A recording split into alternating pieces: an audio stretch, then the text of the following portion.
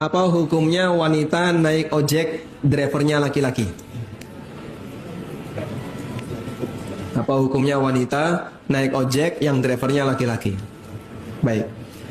Yang dilarang interaksi antara laki dan wanita yang bukan mahram apa saja, Pak? Satu, tidak boleh berkhalwat.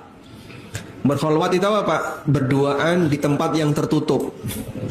Ya, misalnya di dalam rumah berduaan, di dalam mobil berduaan, sementara tempatnya tertutup, tidak bisa dilihat oleh orang lain.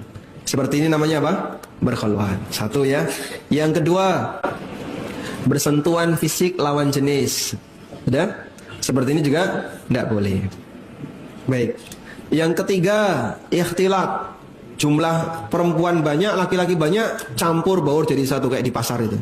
Itu namanya ikhtilat. Walaupun terkadang ikhtilat ini tidak bisa dihindari karena kondisi tertentu, sehingga tidak mungkin tidak ikhtilat. Tawaf itu tidak bisa, Pak, menghindari ikhtilat. Yang bapak-bapak depan laki-laki, depan perempuan belakang tawaf, Pak, bisa, Pak? Tidak bisa. Kenapa tidak bisa? Sebab mereka tawaf sesuai dengan rombongan masing-masing, suami istri, suami istri, suami istri. Di Masjid Nabawi juga sama. Kalau sudah bubar sholat, saya ngalor ngidul, saya ngidul ngalor, ngetan ngulon, campur jadi satu, laki perempuan. Dan ikhtilat seperti ini tidak mungkin bisa dihindari, ya? Makanya untuk ikhtilat ini lebih ringan dibandingkan yang lain. Selanjutnya, kalau orang naik ojek motor, yang terjadi apa dari tiga larangan ini, Pak? Bersentuhan. Tidak sengaja bersentuhan. Kan bisa dihalangi pakai tas. Jadi misalnya dihalangi pakai tas atau dihalangi pakai benda tertentu, sehingga nanti ketika ngerem tidak sampai menyentuh. Berarti masih bisa menjaga untuk tidak saling bersentuhan. Apakah mereka berkhalwat? Berkhalwat atau tidak? Ya?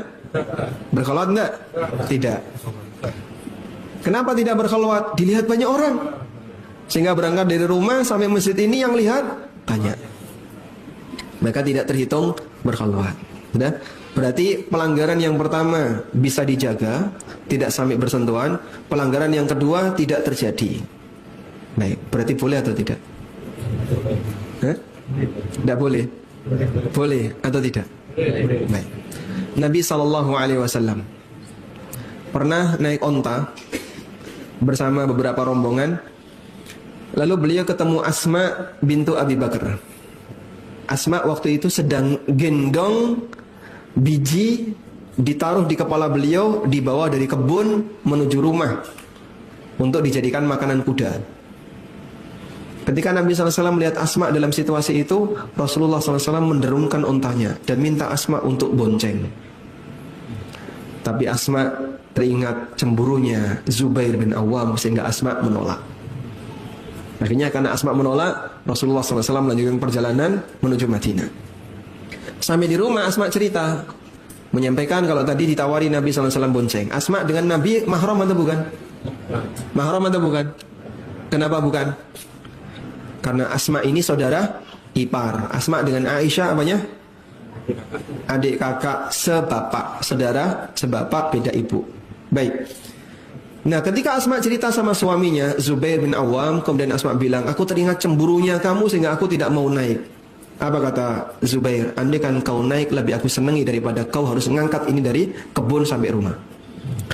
Dan ini jadi dalil oleh sebagian untuk mengatakan bahwa boncengan lawan jenis hukumnya boleh selama tadi tidak terjadi sentuhan dan dilihat banyak orang.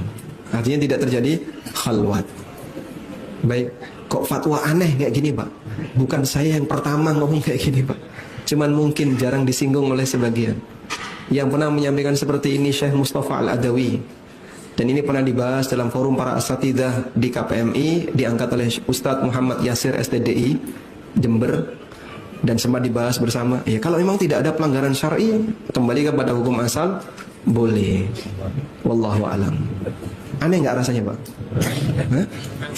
Aneh? Baru tahu. Bukan berarti merekomendasikan ya, tapi menjelaskan status hukum. Kalau seperti ini masih diizinkan. Menjelaskan status hukum, bukan merekomendasikan.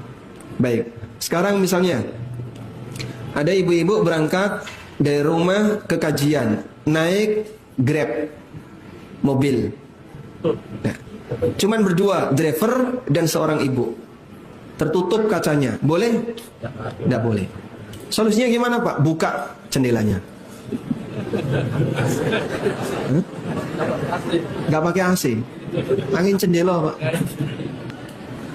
Karena kalau Anda tutup jendelanya, maka khalwat. Apalagi kaca mobil di Indonesia itu agak gelap. Beda kalau yang di Arab kan tidak boleh terlalu gelap, maksimal sekian persen. Kalau di tempat kita sampai gelap gulita, nggak kelihatan luar dalam ya. Jadi seperti ini tidak boleh karena dia berkhalwat. Maka solusinya adalah buka kaca agar dia kelihatan dari luar. Wallahu a'lam. Nomor satu orang. Ya. Kalau ada tambahan satu orang lagi. Kalau ada tambahan satu orang tidak masalah. Ya. Sehingga naik angkot itu boleh.